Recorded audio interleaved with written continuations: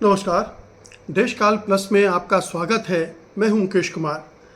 दोस्तों, लगता है कि भारतीय जनता पार्टी और मोदी सरकार की ये रणनीति है कि राहुल गांधी को लगातार विवादों में घसीटते रहो, कभी इस विवाद में तो कभी उस विवाद में, कभी कोई विवाद ना हो तो उसे विवाद के रूप में खड़ा कर दिया जाए।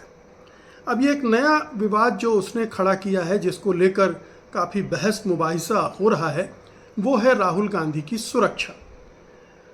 बीजेपी एकदम से आक्रामक हो गई है।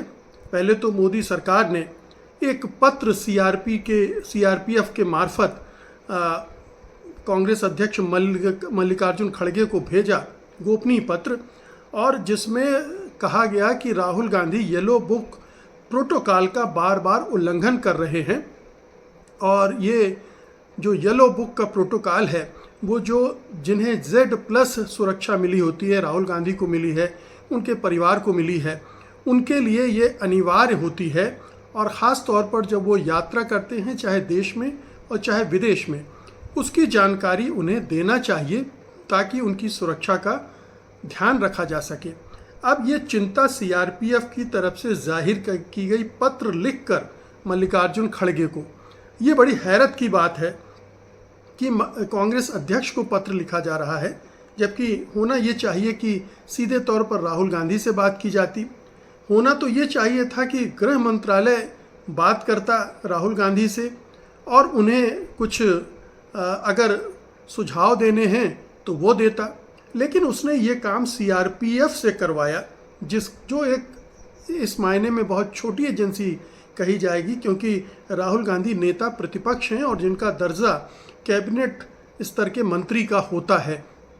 तो ये पूरा विवाद जो है कंकोक्टेड है, पकाया गया है, खड़ा किया गया है, और इसमें शायद एक डिफेंस भी लेने की कोशिश की गई है। कल को अगर राहुल गांधी को कहीं कुछ हो जाए तो ये आरोप उन पर मढ़ा जा सकता है कि ये उनकी गलती थी।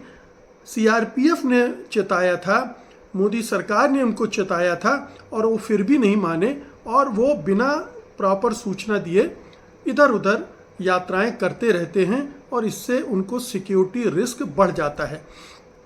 आपको बता दें कि राहुल गांधी को Z+ सुरक्षा श्रेणी प्रदान की गई है, जो कि सबसे उच्च स्तर की सुरक्षा है, और इसमें एडवांस सिक्योरिटी लाइसेंस भी शामिल है, जो उस सिक्योरिटी को और भी चाक चौबंद बनाता है।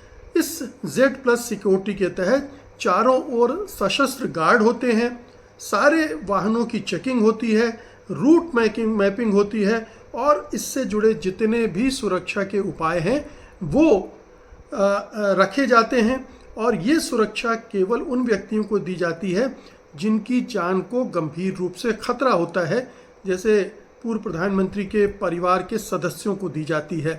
तो ये राहुल गांधी को सुरक्षा दी गई है, और इस सुरक्षा को लेकर अब सीआरपीएफ चिंता जाहिर कर रही, क्योंकि हाल में राहुल गांधी मलेशिया गए थे और ये कहा गया कि उन्होंने अपनी सुरक्षा एजेंसी को सूचना नहीं दी।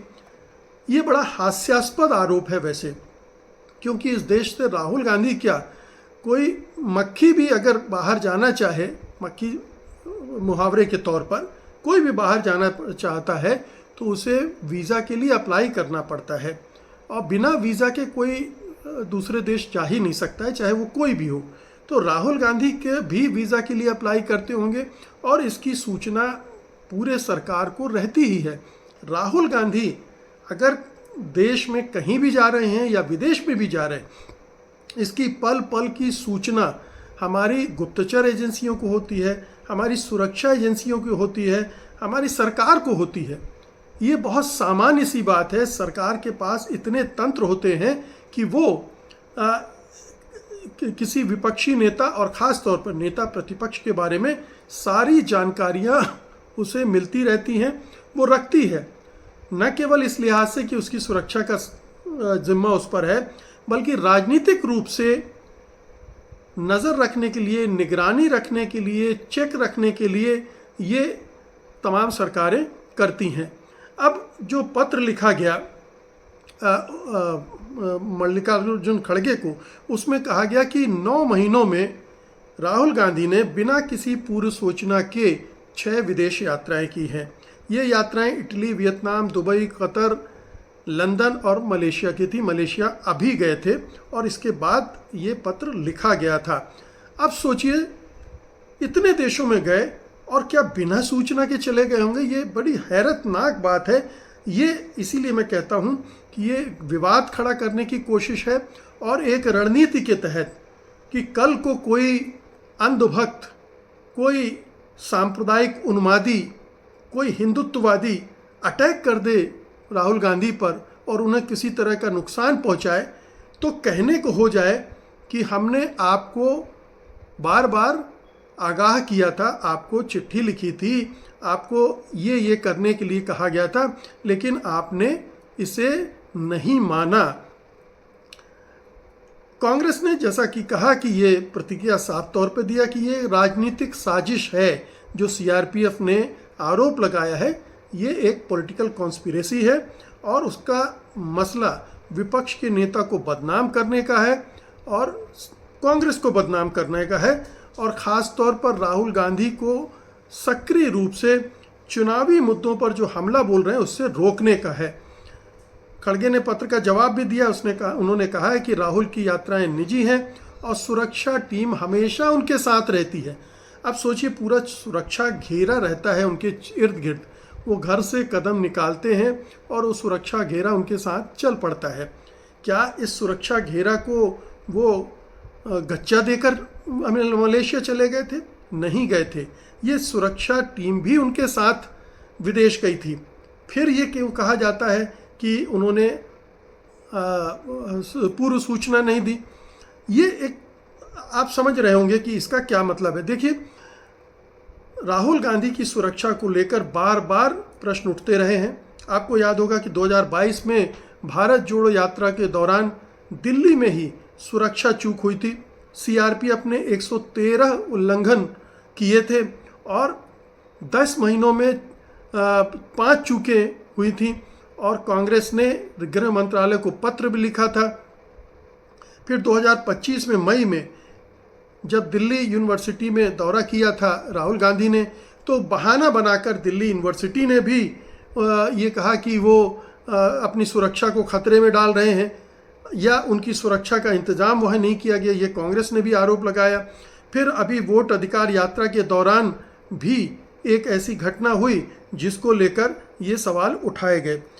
तो ये साफ दिख रहा है कि जो सीआरपी की तरफ से हो रहा है, सीआरपीएफ की तरफ से हो रहा है, उसके ज़रिए राहुल गांधी को एक विवाद में फंसाने की कोशिश है और सरकार अपने बचाव के लिए एक ग्राउंड तैयार रखना चाहती है कि कल को कुछ हो जाए तो उसे कोई दोष न दे। दोष दे तो राहुल गांधी को दे, और अगर कोई साजिश में वो खुद शामिल होती है, जिसकी संभावनाओं आशंकाओं से इनकार नहीं किया जा सकता, क्योंकि राजनीति में राजनीतिक हत्याएं भी होती हैं, राजनीतिक रूप से शारीरिक रूप से नुकसान पहुंचाने की कोशिशें भी होती हैं।